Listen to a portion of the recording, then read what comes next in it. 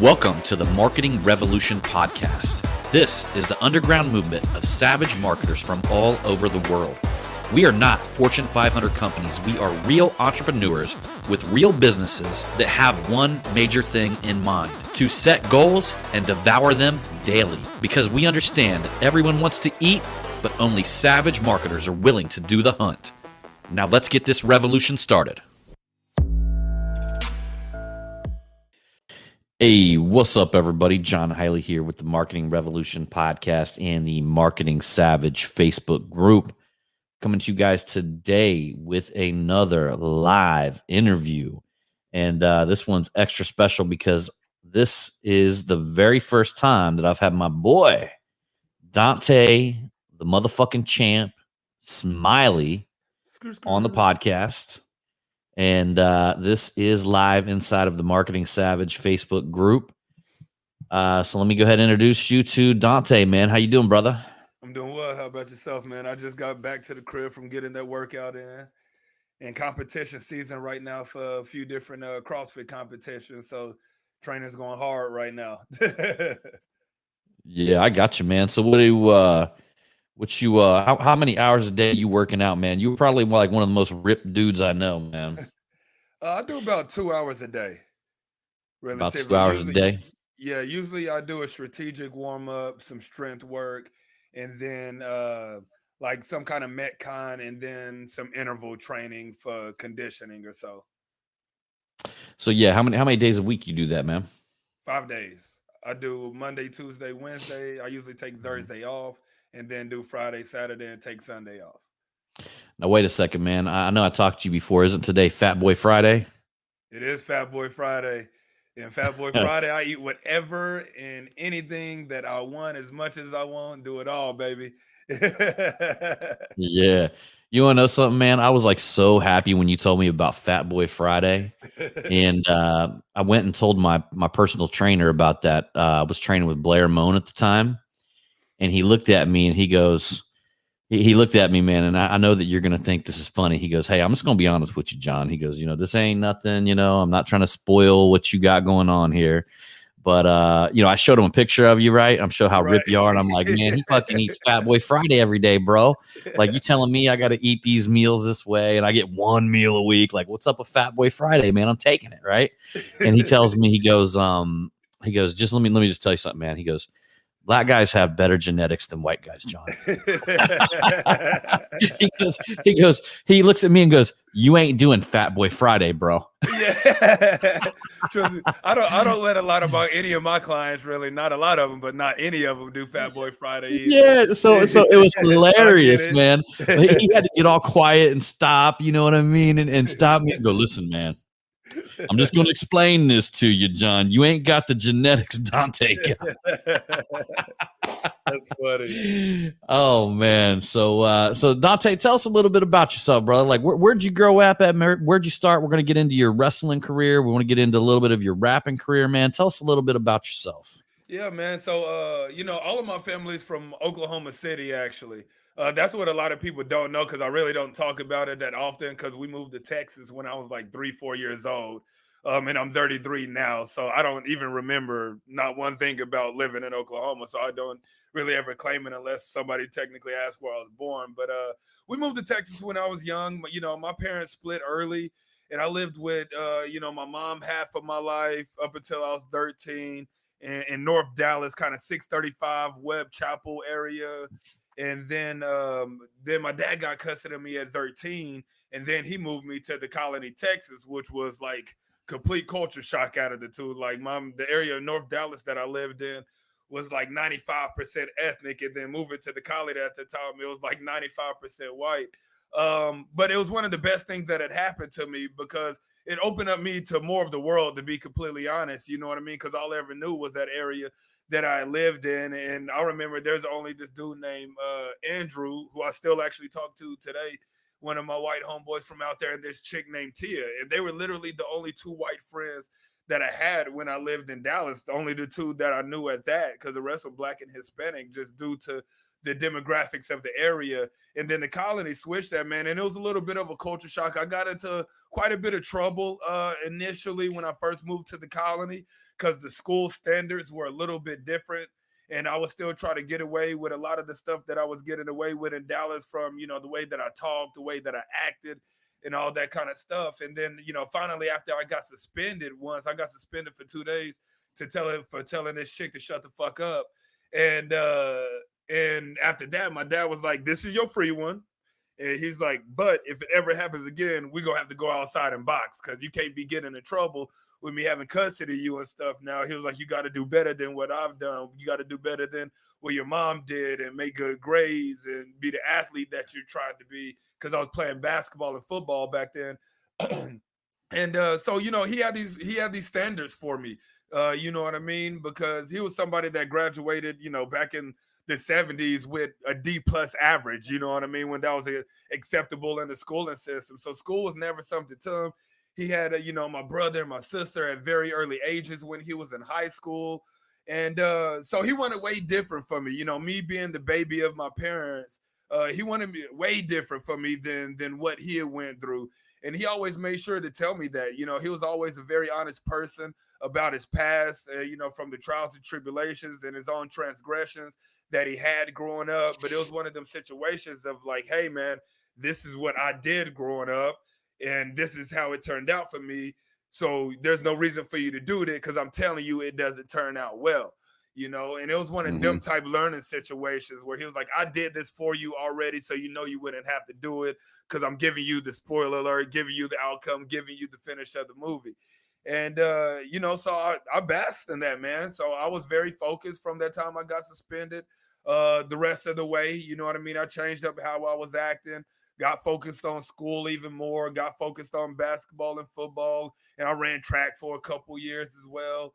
And ended up going to UNT on an academic scholarship, partial academic. They did, 50% of my academic scholarship, and which was huge for me. You know what I mean? Yeah. Because and for my dad and my stepmom at that time and my mom, because they didn't have to really come out much. You know what I mean? I had to take out some grants, and I had that scholarship, and then I had to take out a loan or two back then. But UNT wasn't expensive back then as it is now. Even I mean, college wasn't expensive back then as it is now because we're talking 2007. You know what I mean? So that was Yeah. 13 years ago, and inflation happened a lot. So it's even more expensive now. But when I was at UNT, I ended up losing my academic scholarship after my freshman year because I got there and started partying hard. I joined a fraternity. I was just living life, to be honest. You know what I mean? It was the first time that I was kind of without rules, so to speak, for a good while. And I was a little too without rules. I'm a person where if you tell me I need to do something, then I'm gonna do it. And once that went away, I was like, well, free reign. You know what I mean? And Mm-hmm. so that's when I started actually digging into music even more around that time. I met my wife my freshman year. Like we've been together now for 13 and a half years. I met her in the spring of 2008. So we've been together for a long time, been married 7+ years. Our anniversary was this past August.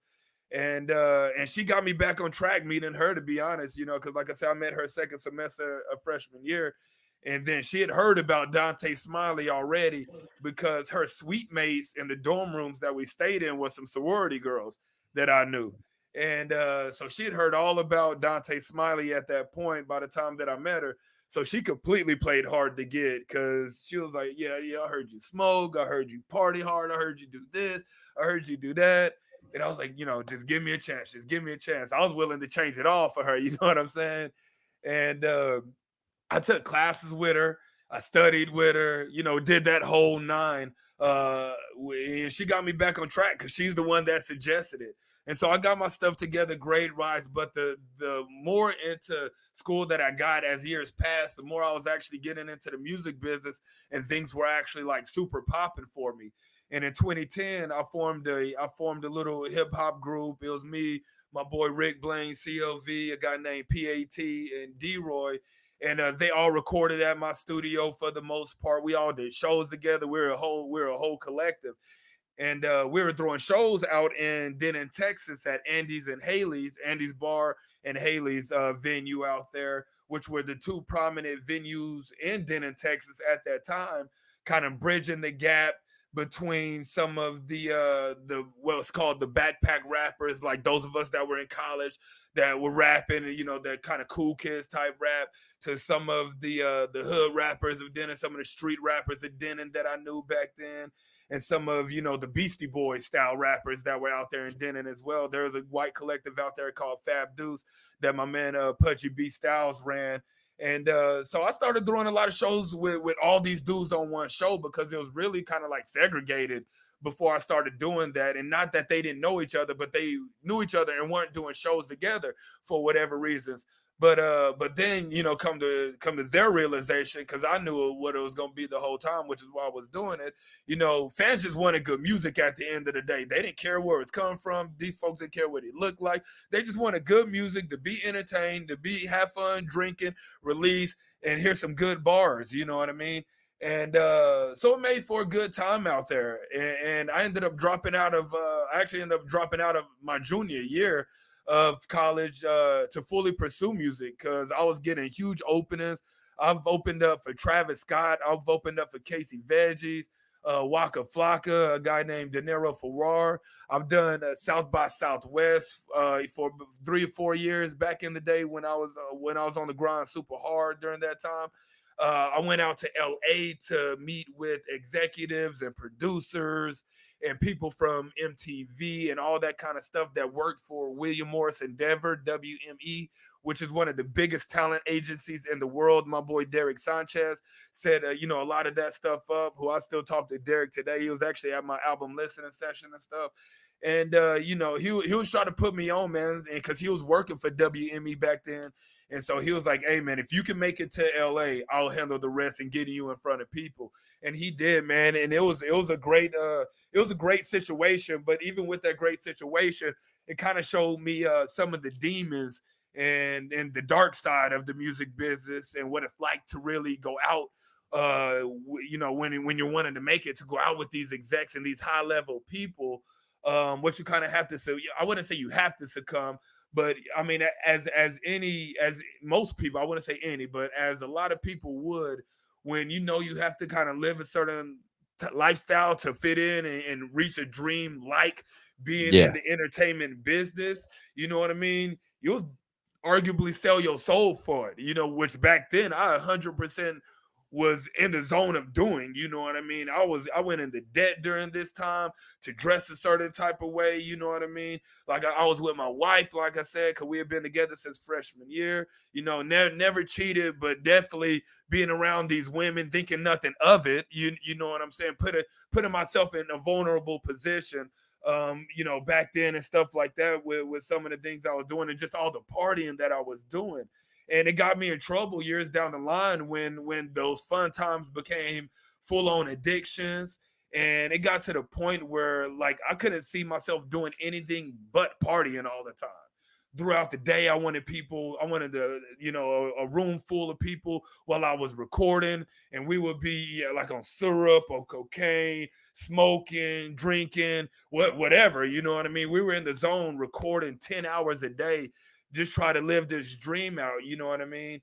And till finally, one show that I had, there was a big fight that broke out, and I prided myself on never having fights at shows. But at this specific one, everything aligned. And a huge fight broke out, not with me or my crew, but some other people at the venue. And like I say, I maintained very high quality shows up until this point. And when that happened, it took my love away from music instantly. To be Yeah. completely honest, I stopped recording, I stopped throwing shows, all of that, because I was so mad at myself, for the simple fact that I was so inebriated that night the fight happened, that I couldn't even control the situation like I would have had I not let myself get so deep. Didn't And you I say put somebody like popped off some sparks? Yeah, and that's exactly what happened. Yeah, somebody outside, once the fight got outside, 3 shots rang out. And that's when some of my boys, they're like, yo, some of our people are outside. So they ran out there, and I'm still just sitting there because I was more messed up than anybody. So they went out there. Luckily, homeboys just shot the shit up in the air and didn't shoot at anybody. They shot the scare more than anything. But still, you know what I mean? You never want that at your Mhm. show. And like I say, I prided myself on that stuff not happening at my shows, because I was big in the bridging that gap and throwing shows that people could be safe at, while we had these different subcategory groups of people that were at these shows, and that happened, and it stripped my love away, man. And so I instantly left music and never looked back until 4 years later, because that was in 2014. And when I left music, wrestling kind of fell in my lap out of nowhere, because I had a wrestling podcast that I was doing. And my buddy Ty Wilson and myself one night went and did some videography and photography work for a company called MPX, Metroplex Wrestling, which is still actually running today. And funny thing, we went and did this podcast stuff for them, and we actually ended up being tag team champions there like 2.5, 3 years later after this. You know what I mean? Yeah. So it's a real cool kind of circle of life story as far as us getting into wrestling and how we got in. But it really fell into our lap, man. Because we went out with him that night that we did the photography and videography, and our homegirl Ruthless Lala sat down with us, and she told us about this guy named Anthony Black that trained out in Fort Worth, and how great of a trainer he was, and how much love he had for his trainees, and genuinely showing them the right way to get into the business and handle themselves within the professional wrestling business. And the day we started training, man, it was kind of a shits and giggles situation at first, where we're like, yeah, we'll try it out, just because we had the opportunity to try it out. But then that first day turned into the second day turned into the third, and now the third turned into 7.5 years worth of professional wrestling and counting. And I've been blessed with a lot of opportunity within the business. My tag partner Ty Wilson, my former tag partner Ty Wilson, and I, we've been on the Dude Perfect show before as the professional athletes on their professional wrestler episode we did with them at their studio out in Frisco.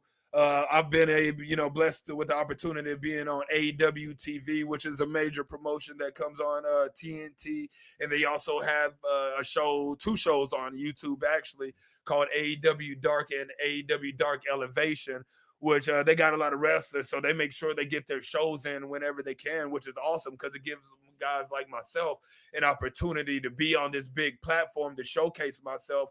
Because the moment you showcase yourself on that level once, 500,000 to 1 million people watch them episodes, let alone the stand-up matches that they put out, which typically get 100 to 500,000 views in themselves, man. And you become one of them people that's sought after greatly, and so a lot of stuff even took off after that moment. It started to take off a little bit before, but after I was on AEW, it really started to take off for me. Yeah, no doubt, man. No doubt. That's a crazy path there. And some of the things that stuck out, man, is that you had a strong father figure in your life at an early age that started to, get you back on track, started to talk about the things that, that he went through, right, the struggles that he went through, and explain that to you. And you listened, man. You know what I mean? You listened, you course corrected. You ended up at that point getting to the point where you could take yourself to college, man, which is incredible. Right. And I think a lot of people don't realize, because I kind of grew up around a rough crowd myself. You know what I mean? And I literally can remember walking into my best friend's house and watching him loading a gun with a pair of rubber gloves on, and I'm looking at him like, "Why you wearing rubber gloves, man?" He's like, "The shell casings, man." He's like, "You don't want your fingerprints on the shell casings, man." Like the shit that we learn at that age. You know what I mean? Right. And it's incredible that it takes almost like a rock bottom incident. I'm pretty sure that you told me that you were inebriated at the time whenever that incident happened, where people were popping off guns at your show. And now what you were on? I think I remember correctly. You were on mushrooms that night, right? Yeah, man. I was on shrooms. We had smoked that night. I was on codeine mixed, the dirty sprites, as we all used to call them, which is the promethazine codeine mixed with Sprite and stuff. And I had done cocaine that night, so I was far gone. Now, I know a little bit more about your story because I met you at Apex Executive. You came in as a speaker, I want to say sometime last year, and you came in and spoke. So I know a little bit about your story, man. I want you to kind of tell guys, you're a man of God, and we talk a lot about that. It's a very spiritual podcast. I know that's the Marketing Revolution, but Man, we talk more about, spirit and nature and energy and all that stuff than just about anything. And, I tell people, like, I don't give a fuck if you're, Buddha, Allah, the Right. universe, call it, you know what I mean? We're going to talk about it and the power inside of you and power inside of everybody, right? But that's one of the things that stuck out from the time that I met you at Apex. Let's talk a little bit about, what led you to that journey. Like what took you, what moment in time did you look at the mirror and say, like I'm gonna give my life over, I'm gonna turn my life to God? Right. Yeah, so as wrestling was going on, so I started wrestling in 2014. And by the time November of 2016 hit, man, I was very well known in Texas. I was holding about 3 or 4 titles at this time, and everything was rocking like cut off stockings. And I had already started my personal training career also at that time, and I was training a client and doing some basketball drills. And when I went up for a dunk, when I came down, so I'm flat footed, and when I came down, I landed so hard that it sent such a shock to my foot and weakened my joints in the moment, to where I suffered a subtalar joint dislocation in my foot, which is kind of what Dak Prescott did, but he did it the opposite way. Dak Prescott's went out and mine went in, so my foot was looking at me rather than being on the outside. And it took 2 adjustments that night. They thought they were going to have to do surgery because I had a small fracture in there also. But luckily, the orthopedic surgeon looked at it, and he was like, with time, he was like, that'll automatically heal. It just might take a little bit longer. He was like, but we don't want to open you up if it's not completely necessary. And he was like, it's not completely necessary because it is something that will heal on its own just in time. And so, and we're talking 26 years old here, and or so. And it was the first major injury that I had all my sporting career. Never had a major. Been playing sports since I was 6 years old. Never had a major injury until now. Minor injuries, yes, pulls, slight tears, all that kind of stuff. But I was still able to go through all that little stuff like that. And I didn't handle it well. I thought I was initially, until I wasn't. And I remember I had slipped one day when I was in my cast, and I was in my open cast, so just a boot at this time. And I slipped when I was coming in to the house, and kind of ached it again during that time, Mm-hmm. because this is about a month into the injury. And so my wife took me back to the hospital, and they prescribed me some pills, some pain pills, obviously. And I stayed off of pain pills since I left the music business. I stayed off of all that stuff throughout that time. And I just started getting depressed, man. And the fact that I was out of wrestling and had to cough up all these titles and everything coming to a halt, and I couldn't work at that time. And I had to give my clients away, and I wasn't able to play with my daughter the same way. I wasn't able to do the things with my wife that I wanted to outside the house the same way. And I got super depressed and felt completely worthless, to be 100% honest. Just as a man, as a provider, as a human, as an athlete, I just felt like everything that I was about and everything that I was taken away from me. And so started getting super depressed, started getting suicidal. So I started taking the pills again for fun. Not that I needed them, because I've always had a high pain tolerance, probably due to all the drug stuff before. But I didn't need them, and I knew that. But I wanted to take them just to help take my mind off of all the other stuff. So I started taking those again, and obviously because of that, fell deeper in depression. Started drinking syrup again because of that. Like, it was just a cycle, right? So I'm starting to go downhill, downhill. Till one day, man, I thought I was legitimately going to commit suicide. Wanted to, was going to, and when I was at that lowest, man, I remember sitting in a closet, and this was darkest time of my life, lowest point right here. In the music career side of things, that fight was the lowest point, but life-wise, this is my lowest point when I was sitting in that closet, wanted to take my life with all that, own all that stuff. And I just looked up, never going to church, bro. I hadn't been in the church since I was a kid. And I looked up and said, if there is a God, I need you to show me right now, or else I'm doing it. And in that very moment, man, no, not even a second later, I just felt the most calm feeling come over my body. If I could explain what a touch of God actually feels like on the body, that would have been it. Because it was the most peaceful I had ever felt when I said that. And so when I walked out the closet, man, I'm crying because I'm like, I don't know what the hell that was, but I genuinely felt that. And when my wife got home, I kind of told her where I was at mentally, and what I wanted to do and the struggles that I was having. Because back then I wouldn't talk about it, man. And because she had tried to help me before, she tried to get me to go to therapy. She tried to get me to talk to friends, tried to get me to talk to her, and I didn't want to do any of it. It's fine, I'm fine, everything's going to be fine all the time, and it was just a front, you know what I mean, to not cope with anything properly.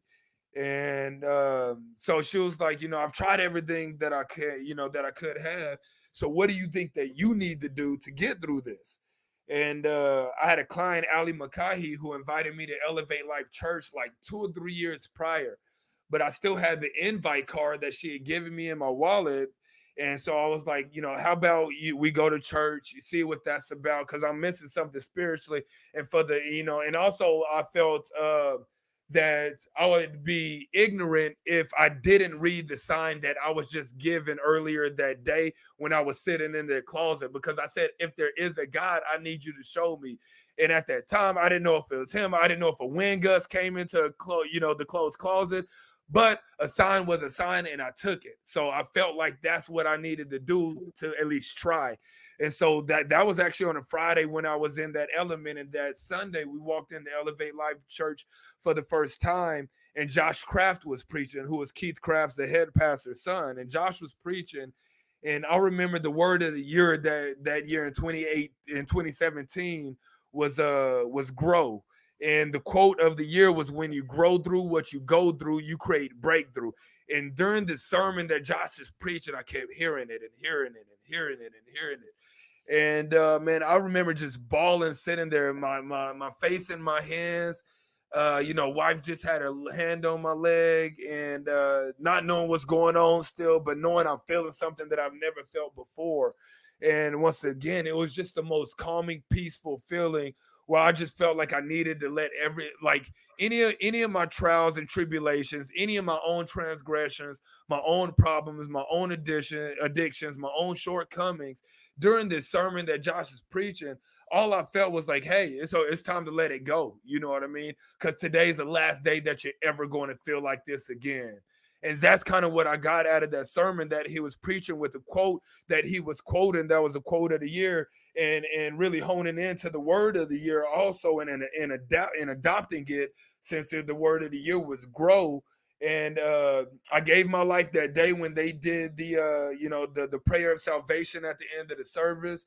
I did that very proudly. I talked to some of the pastors after that as well, and let them know that I wanted to dedicate my life. And they were like, well, that was it, you know what I mean? Because I didn't know what it was really like to give your life. And they're like, that's it, now you can look forward. They're like, don't worry about what happened in the past. The moment you said that prayer, and laid everything down at the foot of the cross to Jesus, they're like, it's a wrap after that. Now you just got to do the forward work to not go back to that. And that's what I've been doing ever since, man. The only time I've ever missed church during that time, there was one day that I was in town and missed church. But outside of that, the only time that I ever missed actually being at the church was if I had to travel for wrestling. And even then, I still watch it on my phone because it's streamed live. You know what I mean? I try to make sure I'm very intentional about that, because I remember what it was like not to have that. And I don't want to go back to that. Not saying if I miss one day or anything like that, oh, I'm going to get smited, because that's not how it works. And I know that's not the case.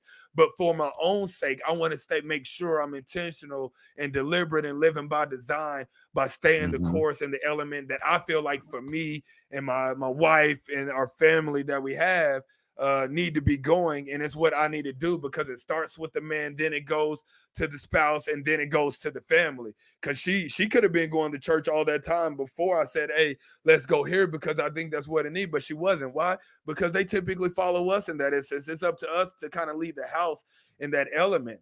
And so the moment I started doing that, you know what I mean, she followed, and then the family followed. And now, even if when I travel for wrestling, she still goes on those days. Or, at times that she was sick or whatever and wasn't able to make it, I would go with the kids and whatnot. So it's just staying the course and being intentional about staying in the word and doing right by the life that we see fit and knowing what's out there for us and just getting aligned with the right people that, Pastor Keith is the one that created alignment before assignment and really figuring out what that was. And and the average of the five closest people to you type situation, and figuring that out and getting aligned with one of my mentors, Eric Rona, at his gym. That's who I sublease from to run my business, Primetime Fitness, out of. And that's where I met Mark. That's where I met Ryan Stewman at. Ryan invited me to aid the MDM in 2018 because he just had love for me and the journey that I've been on. So he was just like, hey, man, come out. I want you to see what this is like. And I went out there, man, and never looked back after that. That was the first time where I was like, man, I want to live like these dudes. I ain't never seen this before. You know what I Yeah. mean? And this is some high quality ass shit. And this is what I want to turn my life into. So I started getting around the right people, man. And just over time, obviously, and within actually joining Apex and all that kind of stuff, it's amazing the transition that just happened since the moment I stepped into that church the first time. And and people can, I know people out there that don't believe in God and they want to negate testimonies, and there's no way that you could feel that way. But at the end of the day, I always feel that you can't downplay what somebody's actually been through. You know what I mean? And even in the transformation, I firmly believe the reason I'm at where I am today is because on January 27th and 27th, January 29th, 2017, when I gave my life that day, everything changed that moment. You know what I mean? And it's very intentional change and a very spiritual change. And like I say, ever since I've just been living by design and not by default to make sure I've stayed the course and put myself and my family in the right situations and only be around people that are energy producers, not energy demanders. You know what I mean? You only Yeah. want to be around energy producers. That's a beautiful thing about being in alignment with a group like Apex is people may talk down on a situation, but at the end of that post or at the end of, that podcast or whatever it may be, it's like, but I'm not basking in that because I know what's on the other side of this. So it's like, yeah, this happened, but I know what's over this hill, and I'm gonna keep trucking. I don't care what I gotta go through because I see the end of the rainbow over there, and I know that gold bucket is over there. So that's what I'm going for. And that's a beautiful thing because it's all mindset change. And a lot of people like to act like they can't just flip the switch or whatever it may be, but they can flip the switch at the flip of a dime. What happens after that is they have to be intentional about staying that course because it's easy to flip it back the other way. And that's what people are afraid of. I feel like is once it's flipped, they have to start doing what? The work, and that's what makes it hard. Is because people don't want to stay doing the hard work. And it's easier to be down and say that it's hard to be down rather than be on the up and saying it's hard to do this, but I'm gonna keep doing it anyway. Well, I think what you're going to find more than anything is that the easy thing to do in the moment is the hard thing to live with. The Right. hard thing to do in the moment is the easy thing to live with. Right. Even you come down to calling it biblically long suffering. Right. That's I want to choose my pain. Like I Right. want to choose my pain. I want to see how disciplined I can be. I want to choose that pain other than laying around feeling like I'm a piece of shit, Right. living a life that's uncongruent. And one of the things that you said was that you had a lot of negative self-talk that was happening during this time in your life because you were down and out, your foot was hurt. Right. You didn't have anybody to look to as far as like a God figure. Right. That was because a man of faith, if you were a man of faith at that moment, you would have had a deep-seated belief that God was moving you into a new, better direction. Right. Exactly. But because you didn't have that faith in your life, you didn't have that deep-seated belief. And one of the things that I recently talked to a pastor about, and this was back in Ohio, it's been a couple months ago, but he was talking about how something that isn't pointed out very much inside of the church is the moment Adam and Eve in the garden when they ate the apple and God came into the garden and they were nowhere to be found because they were hiding because they were naked. Right. God said, Adam and Eve, where you at? And they said, well, we're hiding because we're naked. And the very first thing that God said to him is he said, who told you that? Okay. Right. Who told you that? Right. He didn't say, why are you thinking that? He didn't say that was something that was coming from outside of them. He Right. wanted to know who told them that, because this is definitely not a thought that's coming from God. Right. In fact, negative thinking puts you in a state of sin, because simply because of this. Now, people, I always say people, the word sin, they don't really understand what it means. A lot of people don't. But if you go back to the original Hebrew meaning of what sin meant, it's two things. It meant to miss the mark, meaning not being the best you could possibly be. Right. And the second thing that it meant was to turn away from yourself, Right. to turn away from who you are. Now, when God said, who told you that? You're turning away from who you are when you allow that negative shit in your mind. Right. So, yes, you should do the hard work. And yes, we should live a life that's disciplined. Yes, we should live a life that's built off of character. I truly believe, and I talked about this on one of the previous podcasts, that there's going to be there's one thing that's lacking us right now from establishing what I feel like would be a heaven on earth. And the biggest thing that's lacking right now is people accepting the original Hebrew meaning of meek, meaning that it's a submission to God. Right. Not a submission to man or another man, not a submission to manipulation, a submission to God. And the one thing that we're lacking in that is our connection with God. Right. Being able to listen, being able to hear him, being able to understand the guidance that we're all being given, because our dreams are written on our heart. Our Right. guidance, the life we're supposed to live, is written on our heart.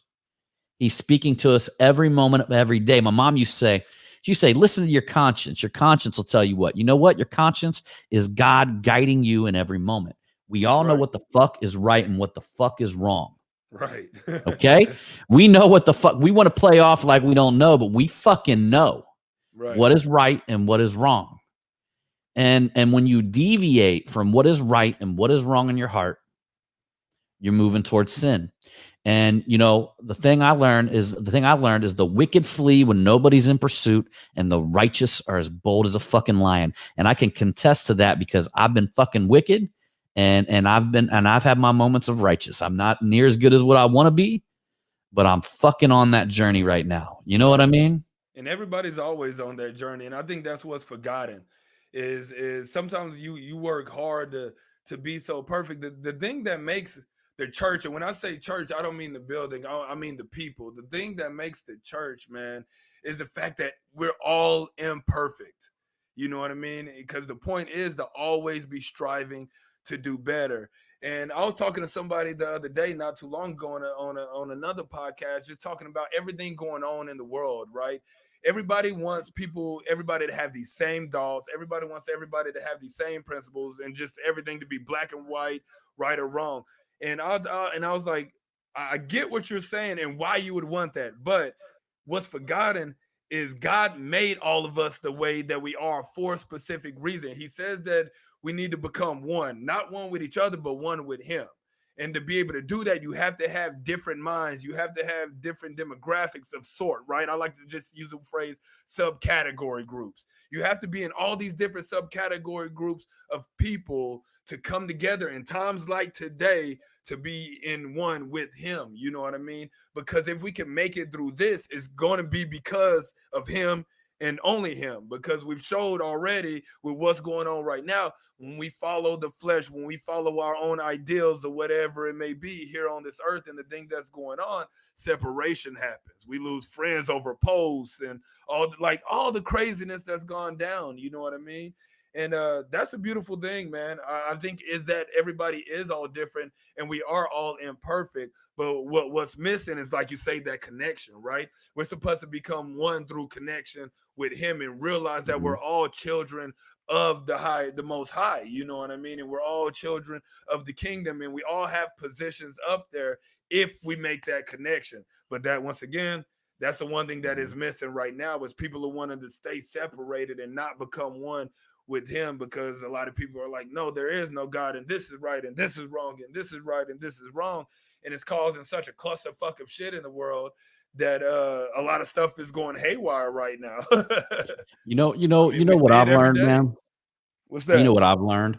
I've learned that I believe that this world is in progress to completion. Okay. Yep. Meaning that, okay, so let's think about the previous time, right? When we had reptiles that were like monsters, Right. men were living in caves and shit like that. The world, because I don't know that God ever created anything that's imperfect. You know Right. what I mean? I feel you. So at that moment in time, the world was perfect. Although we had to fucking fight off monsters, there was probably a lot of heinous shit that was happening at that time. But Right. the world was quite perfect because, let's just say you take a lily or something like that, like a beautiful flower, right? And I can say this because Steve Kluko loves flowers, and Steve Kluko's a big motherfucker. Right. Big All right. facts. So here we go. All right. You want to argue about flowers? Let me bring Steve in here. So you look at a lily and a bulb, you know what I mean? You could look Right. at that bulb as being ugly, right? Or you could look at that bulb as being something in progression to becoming something beautiful. And then that it has to go through the phases needed because God wouldn't be putting us through what we're going through unless he was moving us towards completion. So although right now feels fucked up towards a lot of people, right?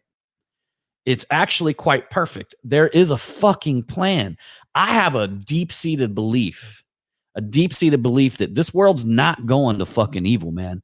It Right. never can and it never fucking will. Come Evil on. may have its grip on us for a little fucking while, but what God can do with his little fucking pinky is more than they can do with all of their fucking might and will all across the entire world. Come on. You know what I'm saying? We got to remember that each and every person that they're fucking inflicting pain on, every single person they're hurting right now is fucking God knows and counts every single fucking hair on everybody's body. Yep. That's how important human beings are to him. And look, y'all, I know you guys want to downplay what you are and who you are, okay? But the thing is, Jesus continuously said, I am the fucking Son of Man. What that meant back then is I am man. You are man. Everybody listening to this podcast is man or woman for that matter. But that being said, the same power that he drawed upon is available for each and every fucking person. Come on. You see what I'm saying? Like we are moving towards completion right now. And for never for a moment, and I'm going to think that this world's going to the evil. Yeah, you know what? The politicians are fucking horrible, but when they are not needed anymore, they will be fucking taken care of. Right. They will be gone. As of now, apparently they're fucking needed to help complete God's total plan. Right. I know it's hard for people to look at things like that, man, but that gives me more hope than anything. And if you really look at the biblical scripture, that's what it says, man. The world's going to God. Right. It's not owned by anybody else. Okay, Period. like I looked at this one time. I remember looking up. I'm like, man, could God send somebody to hell? And I remember looking into this, and technically, no. Technically, no. Like God doesn't send anybody to hell. They reject God's love. Right. Fucking insane, man. Right. You know what I mean? They reject the love of God. And it's probably because of some sort of guilt that they hold or some Right. sort of pain they hold. But now if you take a spiritual being, which I believe the only thing recognizable in this world is an unconditional love, Right. is an unconditional love. If you look at unconditional love, could you imagine what your life looks like if you reject that and it disappears from your soul, your heart, your mind? Man. A world without that. That's a world that's living in hell. Right. And I truly believe that there's a lot of people out there that are currently, their mindset is in hell. You know what I mean? We got heaven on earth. People that are living a heaven on earth. They're pursuing, they're warriors of God. And then we got people that are living on earth that are living in complete fucking hell. And it's our job to continue spreading the message, the type of message that we're talking about today. The Right. type of message I believe guys like Ryan Stewman are spreading. The Right. type of message that guys like Keith Craft is bringing to the Come on. world. The type of message that Andy Frisella is bringing to the world. Come Ed on. Milet. I see this in these people. They may not realize that they're doing it, but these folks out here are changing people's mind for the better, getting them to step out of that fucking shithole hell that the society is trying to put each and every one of us in.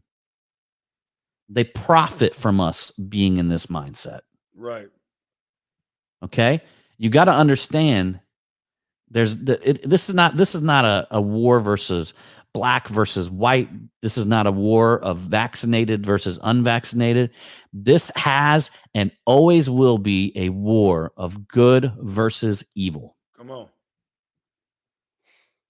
Nothing else. Nothing else, man. Right.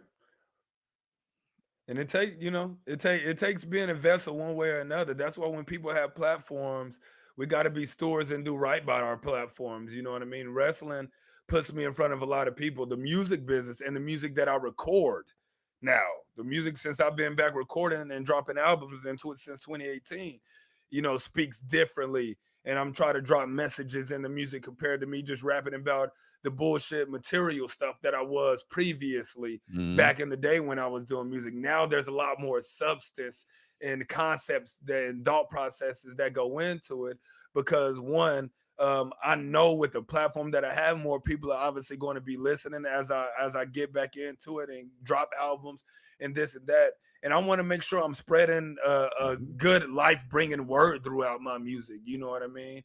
There's a time and a place for all music, but me now as an artist, that's what I want to do. So when I'm recording, if it's not going to inspire somebody or somebody's not going to be able to relate to it on an actual personal, deep thought, soul-searching, heart level, I'm not recording it. You know what I mean? Because I want people to be able to listen to the stuff and hear the transformation in my voice and the challenges that I've went through, but the successes that I've had through those challenges throughout my music. And then wrestling is able to give that platform because I could easily talk about when everybody looks at me that I just have this gift. You know what I mean? They don't remember me being in the dumps when I dislocated my foot and how I had to work hard to get back from that injury. And the reason I work so hard now to never look back is because I understand that it all could all be taken away in an instance, one way or another. Music was initially taken away. Whether I gave it away or take it away kind of goes hand in hand with that instance. My love for music was stripped, I feel like, because of that situation.